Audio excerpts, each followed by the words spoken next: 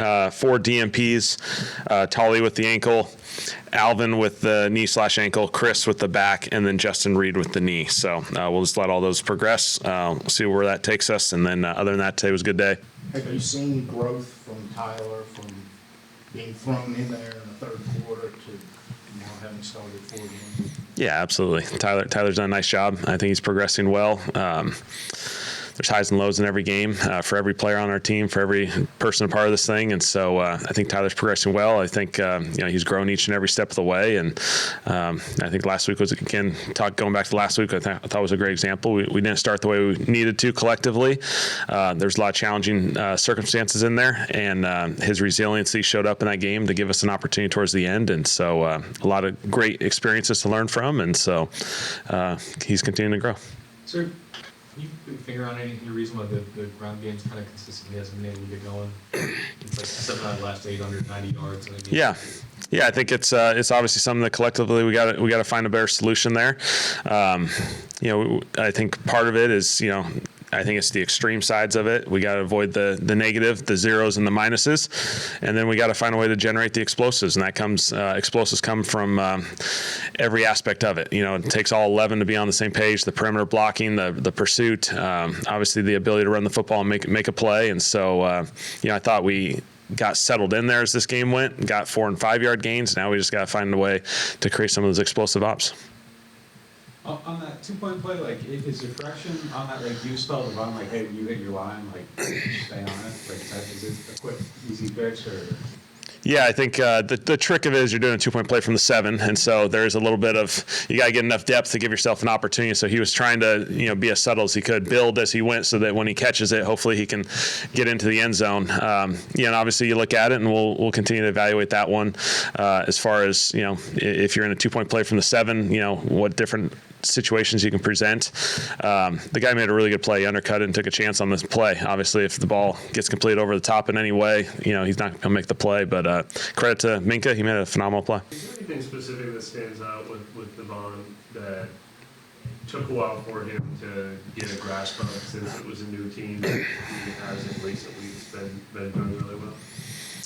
I think we saw him really with a really good future for us, when we brought him in, and so he was banged up when he got here, he was kind of banged up, and so we're kind of navigating that for a couple of weeks, and then as we kind of built it, and then I thought his experience with the system and ability to handle all the no huddle, which is a little bit of a component that you got to kind of memorize a lot of things in a no huddle setting, and so he's done a really nice job of kind of preparing himself and putting himself in position that once we made a couple of receiver transactions, obviously it became pretty obvious that, all right, he's going to play a ton of snaps moving forward. And he's I think in many ways the ideal Z receiver because of his ability to do a lot of the dirty work in the run game, which that position naturally requires in some run stuff. Off that, you got a lot of play action stuff and, the in-breakers and the, kind of the contested catch world that a Z may play in a number of times. And so he's done a great job. What have you thought about Quincy Riley and just kind of having developed over the course of this week? Yeah, I think that you just see the consistency show up more and more, and so I think he's just been a really steady player. He's got great instincts in the passing game. Obviously, he's attacking the football. He's got a history of ball production, which I think will continue to show up more and more. And so, for him, he's just going to keep growing, keep getting better. There's a physical component of this thing, playing corner in the NFL, that people are going to always stress you and challenge you with. And so he's got some great opportunities to continue to grow there. And so, but I thought he's done some good stuff. Did y'all anticipate when you drafted him that if things kind of went the right way that he could potentially play a starting role? I think you're cautious. We're optimistic that he'd be able to contribute in some way. I think during training camp, you got some indications that this guy has some ability that he can play. And obviously he was coming in a little bit banged up, and so it took him a little bit for OTAs. Training camp, I thought he made some plays in practice. He seemed to make a pick. It felt like every few days and make a play on the football, and so. When his opportunity presented itself in this early part of the season, I thought he responded really well, and he's earned that consistent role. Have you seen enough, because it seems like some of the high moments from Tyler have been really impressive, that he is our guy in 2026 and we're seeing enough to feel invested in that?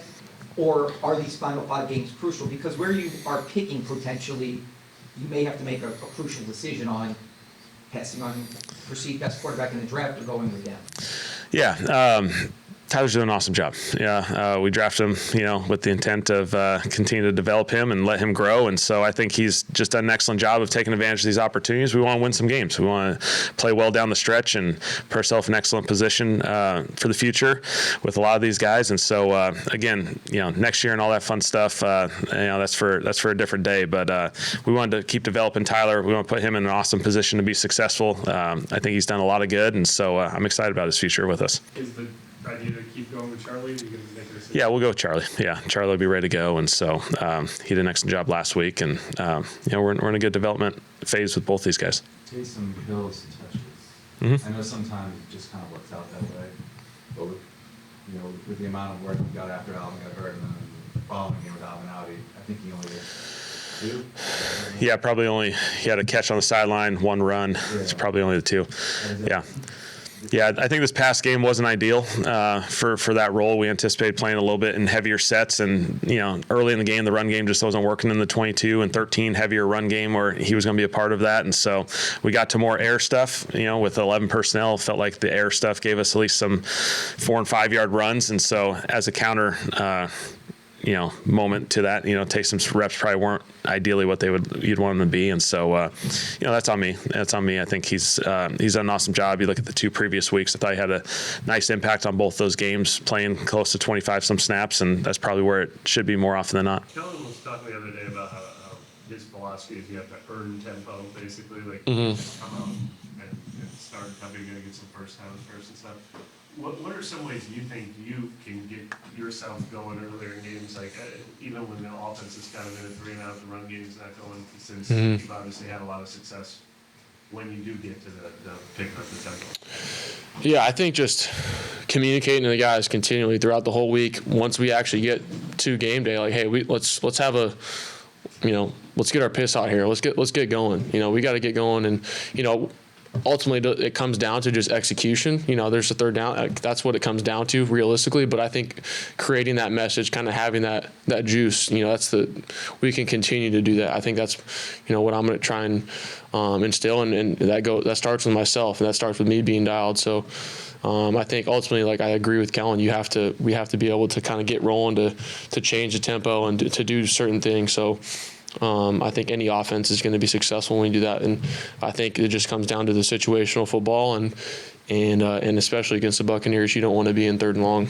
What did you think of Devaughn Vele in that game in Miami, and how has he kind of helped you get developed and acclimated? I think we were talking about in the locker room, like, he's just kind of a safety blanket, knowing he's going to catch anything you throw his way. I think he's kind of proven that, and each day he's he kind of gains that confidence. He'll have certain days where, we'll look back and like, hey, how can we, get on time with this route, or what are you thinking here? So I think what he's so great about is just communicating wise, super smart. And then obviously you put it on tape that anything you kind of put in his direction, body out of frame, he's going to catch. So really proud of him. And I know, continually we're going to try and keep it capitalizing on that. And then on time scramble drill, he does a really good job. So we'll keep going. When you talk about having those conversations with them, is that something you guys have been doing from the get-go, or was there a point when it wasn't happening more quickly right away that you started spending extra time working on that? He's always been great about showing up. All the receivers do a really good job showing up on our off days, watching film, we're just being around each other. And I think from the first day he got here, he's been putting in the extra time to just learn the offense. And I think a lot of the early, action that you guys may talk about as far as not getting as much, I think it's just kind of sometimes how the cookie crumbles with certain plays. But he's been such an asset for us in the pass game, run game, asked me and doing different things. So I think, he's kind of shown what he can do, and we can continue to build off that. But he's earned the right to be in the game almost every single snap from what he can do from that standpoint. Did anything jump up at the last meeting about Todd Bowles' defense that you can maybe take into? Just last time we played them, you're saying? Yeah. I think every tape you watch, he's he does a really good job of mixing things up. They bring pressure quite a bit with all their guys. So we just got to be dialed on our game plan and just be ready for what they're going to bring us. So I think he's, if not the best defensive coordinator in the league, and a lot of respect for what they do. So I think for this week and the second time playing them, just making it about us, I think when we had operational issues and, we had some mistakes there that kind of set us back. And if we can be dialed there, I think we'll have success. I have a way out of left field question. Mhm. It may just be something completely irrelevant. I remember when you left Oregon, you had like Michigan and Penn State. I mean, you had a whole bunch of schools. Mm-hmm. Was Ole Miss and Kiffin, did you ever have any contact with them? And just because he's dominated the headlines here. Mm-hmm. No, I don't think so. Remember thinking back wise. I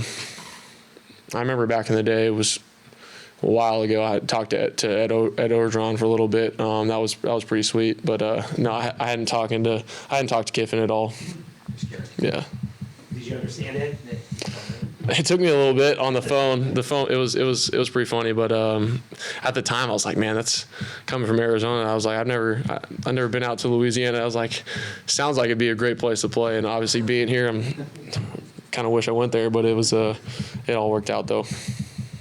What do you make of just as a fellow quarterback, Baker Mayfield, not only his play style but his story as a young quarterback who there's so much in front of you. There could be adversity. You could go ideally the best you're going to win for him early in his career. But what do you think about him? How much have you followed him?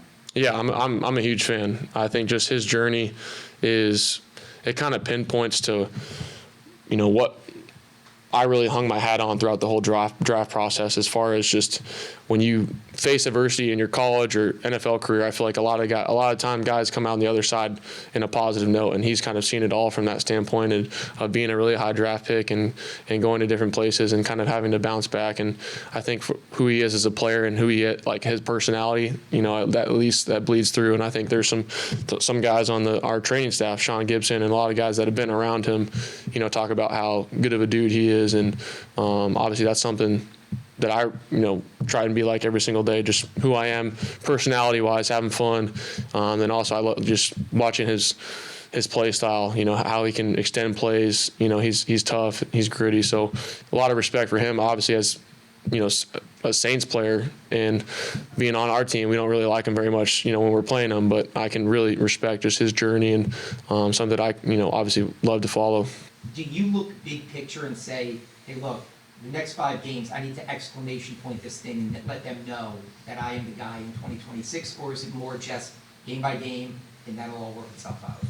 Yeah, the latter part for sure. You got to operate day by day, game by game, and understand that. I think how I operate within the building every single day, communication wise, my play style, and what I put on tape is going to determine that, and that's the case for every position. And obviously, it's on more of a pedestal playing the quarterback position. But for me, I feel like I am that guy. I can be that guy. I continue to be that guy for this team, and we got to put it on tape, and I got to continue to do my job. So that's all I'm worried about, and at this point, like you said, this is why you play football. We're coming to work every single day, and obviously that end goal of the playoffs and a Super Bowl, is out of reach at this point. But we got a job to do, and we can kind of continue to get better and formulate who we are as this team and how we finish the season.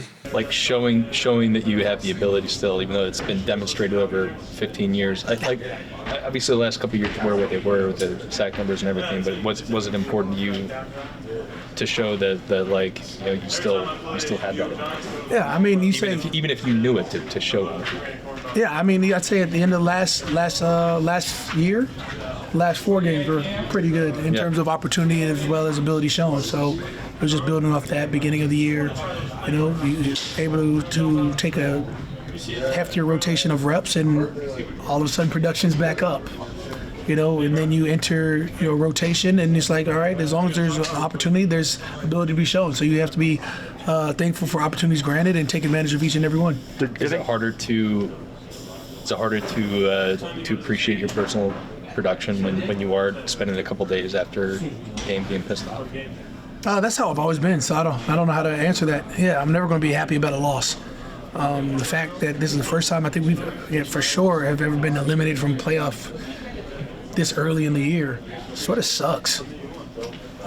Because you work so hard in the offseason, you work so hard at OTAs, you work so hard at training camp. You try and meld together during the season to create something like a winning season, a successful season, and it doesn't come out that way. It keeps you up at night for a couple of days. And at the same time, now it's focusing on what you can't control. It's always been control what you can't control, and that's your mindset, that's your mentality, that's the ability to get after the pass rusher, stop the run, and make your teammates better for this last 5 weeks. Do you think that getting that ramp to play 6 weeks or whenever it was Chase was out helped you still be productive even when you had to be shift back to a rotational role? I don't know about that one. I truly love this game, so I'm always going to say the more reps the better, but it is, I can't control what I can't control. At the end of the day, if you give me more than 5 plays, then I can have a chance to have more than five plays being made. I can't control the number of reps. I do know that when I'm in, I'm highly effective, and that hasn't ever changed, I don't think. Rookie year till now. Your production keeps increasing or keeps going. Do you feel like the conversation's shifting at all between is Cam going to retire to is Cam going to be back next year playing? I don't know. I don't know if I've ever considered any of that. Sure. I've left that for the uppers to figure out, and you guys figure out. I mean, if they don't want me, there's 31. There's really that's 4 other what teams. he means, though. It's There's really 3 other teams. That's what I mean. It gets real low. He means between playing and retiring, not playing here. Right? I mean, in my mind, it's always playing here versus retiring. But again, maybe it's not. As you look back the last couple of years, maybe you do have to look around. I think that time will tell where that happens. I'm just focused on this week, this game, how best to attack the run game and set us up for an advantageous pass rush situation. Does having the division games left help at all? Obviously, you're talking about, you're eliminated from the playoffs, but there's, you don't have to search for motivation. I've never had to search for motivation a day in my life to play football. I can wake up, roll over, and be excited for training camp, as you've seen me be for the last 15 years. I don't need motivation when we talk about the game of football. I mean, where else can I roll over and be like, I got to hit somebody today? Can't really do that in too many other places. I guess I just meant in the broader sense for the entirety of the team, right? Yeah, other people. Can't control other people. Right? I think everybody's on the same page, though. If anything, it sort of is all right, how can I best, turn my situation into an advantageous situation? I think this room is filled with a locker room full of great guys and great competitors, and it sort of takes to practice like it did today, or whatever that part was, but it'll be even better tomorrow, and we'll roll on from Sunday.